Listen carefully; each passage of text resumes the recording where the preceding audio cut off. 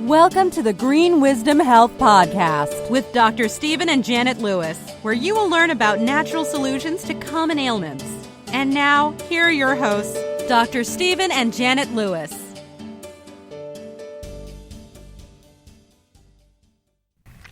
Hello and welcome to this week's edition of the Green Wisdom Health Show. I'm Janet Lewis. And I'm Dr. Lewis. And we are excited that you've chosen to listen to our show today because we have a very exciting subject for you, or maybe something you've never heard of before, the correlation between the two. Most people always think there's a thyroid problem when they do our lab work, but sometimes it may be that gluten is the cause of the thyroid problem. So today's show is called How Does Gluten Affect the Thyroid? And Dr. Lewis is going to explain a little bit to us about why that would be happening, what the correlation is between a thyroid problem and some other kind of issue.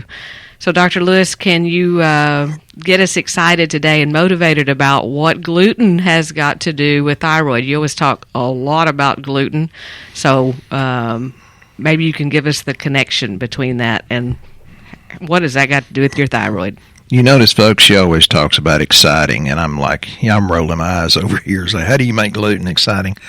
I do always have an opinion, and Janet tries to reel me in, keep me on track, which I doubt she's going to do today. But gluten is a bad thing, and I read all over Facebook, and people say, yeah, they don't believe that gluten, issue is real. It's like, well, that's because you don't have symptoms that manifest themselves because of it, or you don't have symptoms that you correlate correctly to that. And keep in mind, sometimes there's a correlation but not a causation between two things. You have to use that spirit of discernment.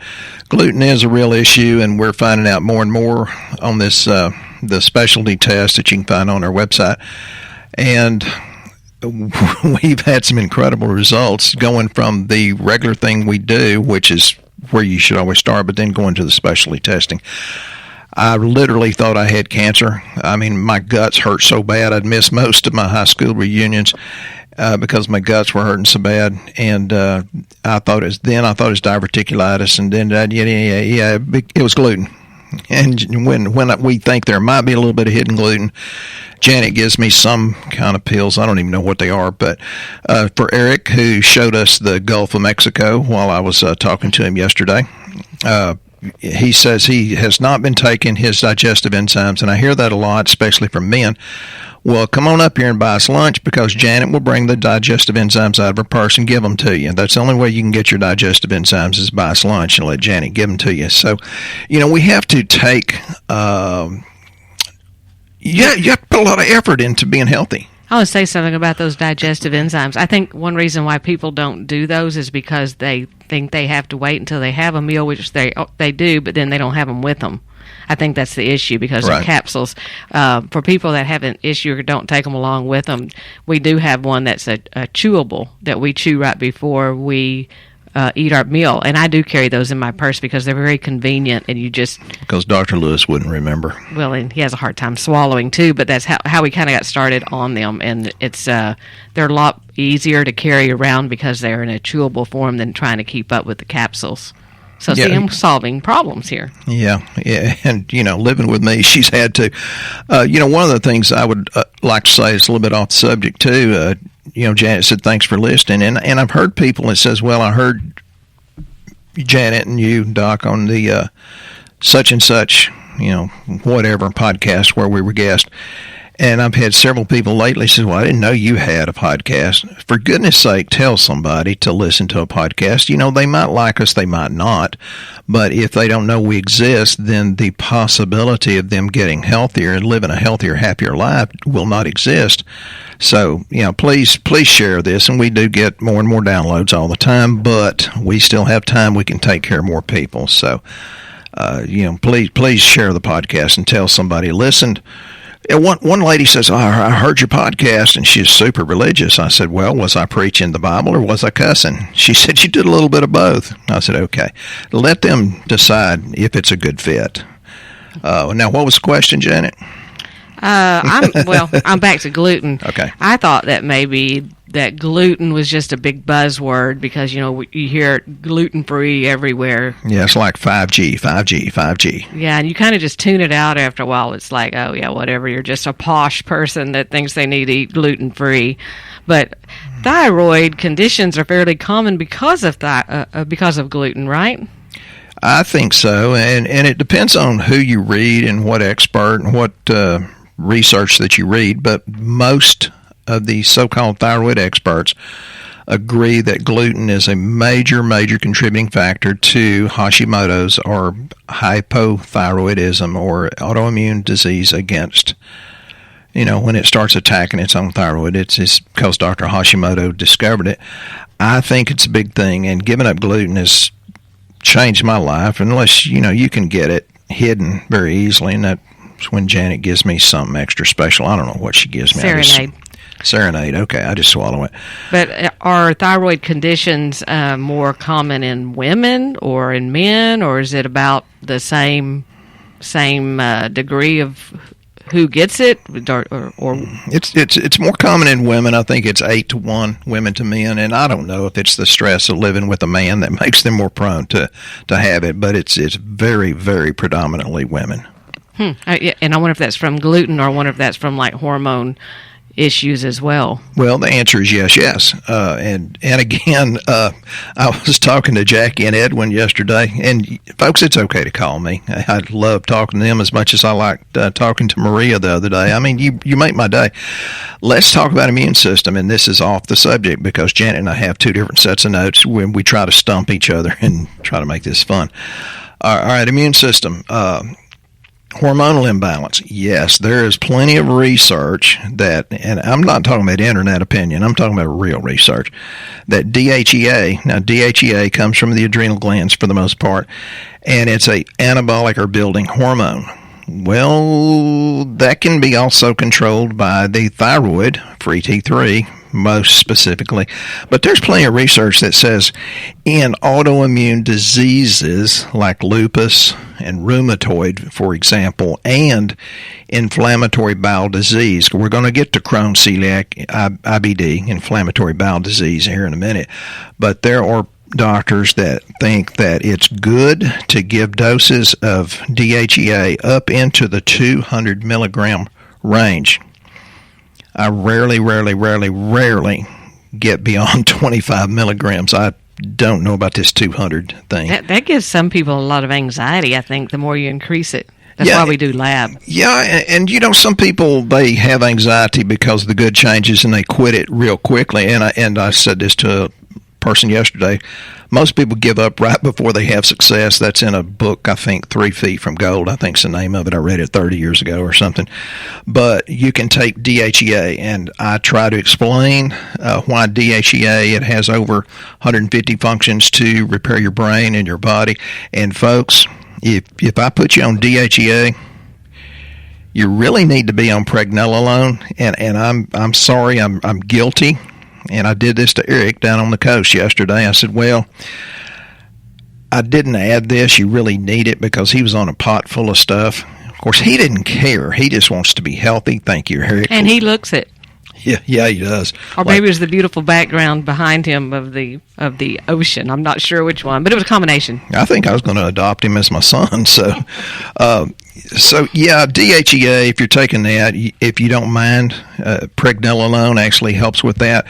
But it helps with all these things. Your body rebuilds itself using DHEA. And the analogy I use is, well, if you're going to build a she shed, do you want to pick up a load of 2x4s and bricks, or do you want an 18-wheeler load to really impress your woman and build a really she shed?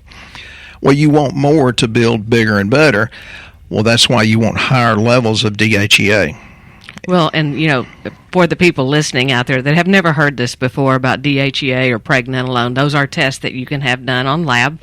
And the other part of that is, and we had a lady in here yesterday that came in and said, I've gained 40 pounds. I think something's wrong with my thyroid. My doctor has run my thyroid, said there's nothing wrong. I said, did she run the 5 different parts of the thyroid? No, she ran a TSH. That's a thyroid stimulating hormone. That's your brain getting a signal. That's not thyroid function. And she said, and I questioned her about it and said, well, aren't you going to run the right the other parts of the thyroid. And she said, no, you don't need that. Why would I do that? And we're not knocking the doctors, and there's plenty of evidence that they kind of have their hands tied with the system, so to speak. And but their thyroid ain't never going to be right like that. So yeah, well, and I try to say things that makes people think. That's so shocking. I say, well, yeah, these reference ranges cover the 400-pound Walmart people that we make fun of. Janet gave me the look on that one. I love Walmart people, and I don't care if you're overweight, love you anyway, but it covers a sick America is the point. It's common, but it's not normal. And I've looked at labs from other countries. They have an entirely different reference range. So that's just taken off what's common. You need a free T3 at the very least. So if you're thinking, well, what do I need? At least get your doctor to run that. If they won't run that, we run that, and we do it across the United States, and we do it very inexpensively. So that way you're not guessing. You know exactly what's wrong with your thyroid, if it is your thyroid, whenever you get done. And we're going to talk about some of the supplements you should take. But, you also need to stop a lot of the inflammatory foods. There was a question from Jason the other day on Shooting Straight with Dr. Lewis about glycation. And he felt better when he went pretty much keto. And I didn't really finish answering that. Glycation's usually because you're eating too many sugars, simple carbs, sugar substitutes, or the bad oils that's associated with frying different things. And the anti-inflammatory foods, I'm not going to get into it, but it's mostly just fruits and vegetables and things that I've got a list here that's probably 50 of them long. And most of us eat the same 3 or 4, and that's it. Well, and I have a question about thyroid also. I mean, I know the answer, but I'm asking it as a person that may not know the answer. Good. If she stumps me, she can tell you the answer. No, I'm not going to tell you. You'll see how smart you are. Because they're listening to this and they're thinking, that's what's wrong with me. I have a problem with my thyroid, and I need to speed it up. Is it true that a malfunctioning thyroid can either be underactive or overactive? And is it the same symptoms? The symptoms can overlap, and that's why I always tell people, just because we give you a list of symptoms, don't diagnose yourself. I mean, go see your primary care physician and see us. And I also tell people this is not a substitute for primary medical care. It's definitely big-time complementary. But, it can be too much or too little. We treat people that have fatigue, but also we treat people that have ADD, ADHD. Well, and doesn't your thyroid control a whole bunch of different organs in the body beside, most people know it controls your heart, or if you don't know that, it does actually control your heart. GI system. Yeah, it does a whole bunch. That's what we say down here in East Texas.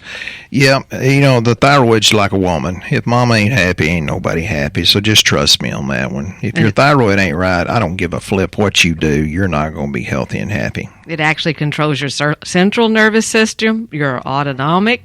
What's your autonomic nervous system?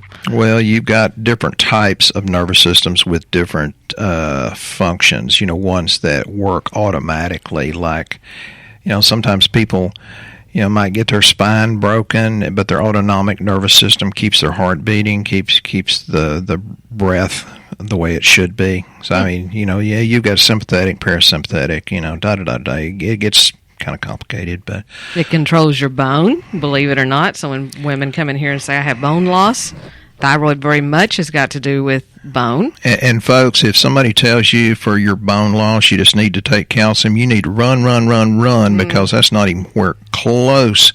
We had that in here yesterday, too. Yeah, we did. We've got probably 400 products sitting in here on these shelves, and this sweet lady, and I knew what was coming before it came out of her mouth. She goes, my doctor thinks I need something for my bones. He wants to give me this drug, and I don't want to do the drug. And we don't tell him to do it or not. No, and he told her to come get a good calcium. I thought, oh, geez, it's way beyond that. Brandy was here and actually helped her through it a whole lot, talked to her about vitamin D, thyroid, believe it or not. Yeah, you got to have the specific ratio of magnesium, and most people don't talk about boron. And then there's a bone morphogenic protein. Most people don't understand that bone is 50% protein. If you can get the protein rebuilding and get the uptake of the proper minerals, you can regrow bone much, much faster. Well, and that's what you've always said is like, well, calcium's like licking a limestone rock. And obviously, if they're losing bone, they can't absorb to start with. So Right. how are they supposed to break down calcium with no help? Well, especially if it's wrong kinds. People who do the wrong kinds. And, there's a difference between organic and inorganic. So, find somebody you trust and follow their instructions. And one more thing, I'm getting way off track here, but most people give up much too quickly. And I read some studies the other day where there was a drug trial, and the drug made an 18% difference after 6 months. 18%, which I'm rolling my eyes thinking, well, that's not a whole lot, and gave it 6 months to do that. And you got to understand they sometimes skew statistics to make it look better than what it is. So folks, give it time. And people say, well, I'm going to give you a month. I said, well, number one, it's not my responsibility. Number two, there are physiological limitations, and there's limitations of time. And if you have this impaired uptake of nutrients, you have gut issues, you're going to have to give it even longer and longer. And it really helps if you have the faith to do that. Faith counts for a lot. I talked to Edwin and Jackie about that. I love that couple. They're as sweet as they can be, but a lot of people like that. But one of the inflammatory foods that counter this long list of anti-inflammatory foods, one of the major ones is gluten-containing products. Yeah, because I was going to ask you about the gluten intolerance link, because there's research that links gluten intolerance and autoimmune issues. Yep. So they're saying if you have an autoimmune condition, the underlying cause of your thyroid disorder, your relationship with gluten may be an exacerbating factor. Oh, yeah, and it can manifest in other ways. I'll break out real quick, have a histamine reaction. That's why we look at monocytes if they get high. That's why I quit beekeeping, because instead of getting easier when they'd sting me, they would get less. They would get more inflammatory to the point I thought I was going to die one time. It's like I kept going for another year because I'm brilliant like that, until Janet very gently coerced me to go have fun instead of working on the bees. Well, and then we talk about some people don't know what an autoimmune problem is. Things like Graves' disease or Hashimoto's. Your body's attacking itself, basically, and that's a gut issue.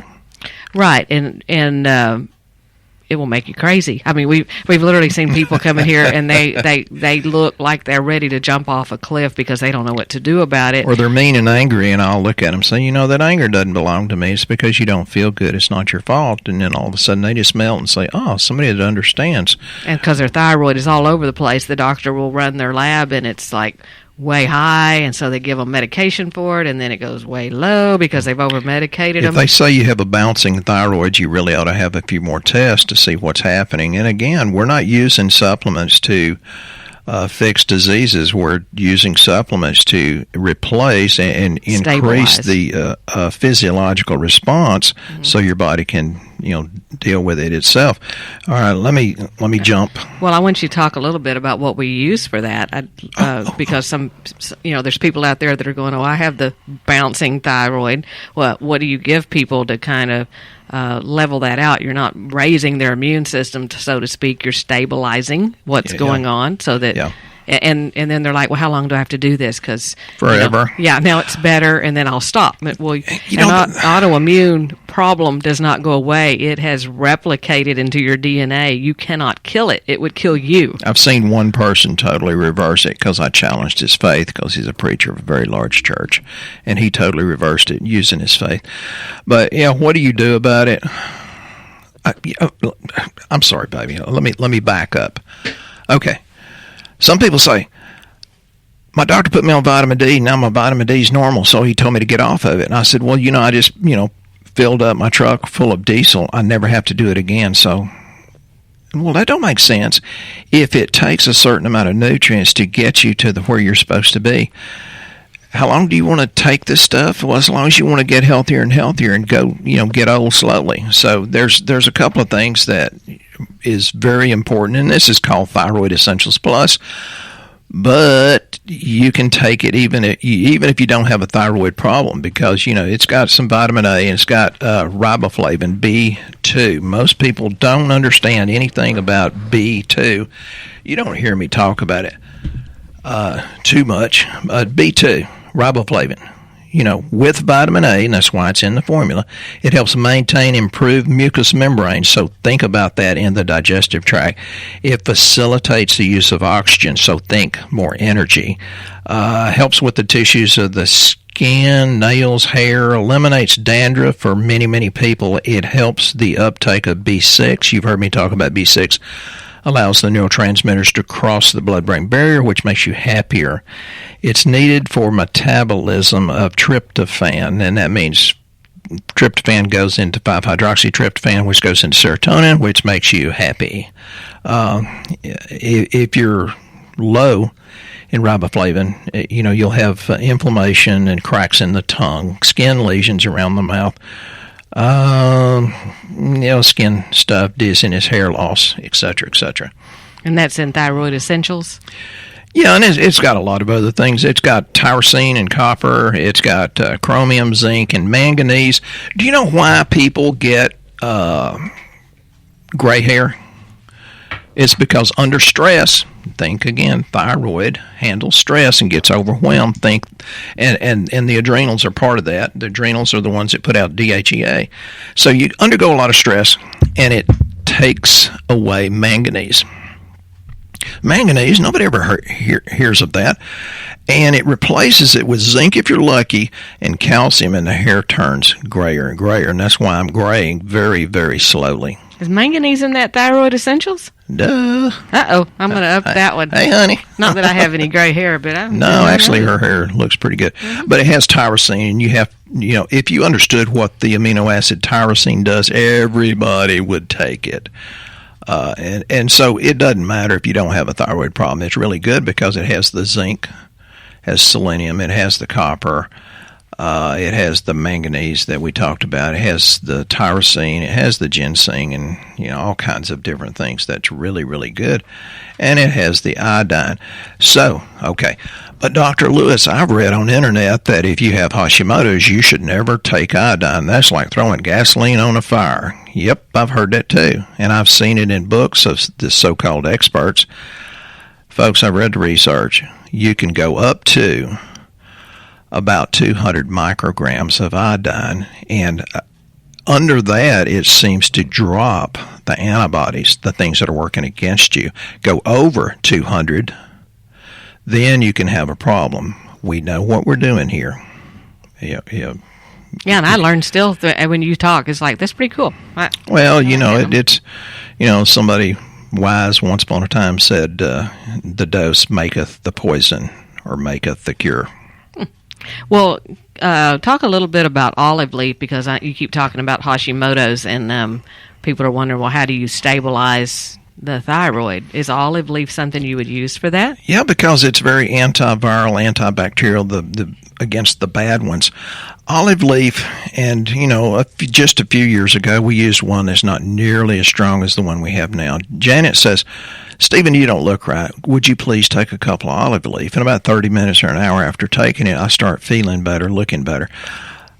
Olive leaf is absolutely incredible. Some people use it as a natural antibiotic. Some people use it to lower blood pressure.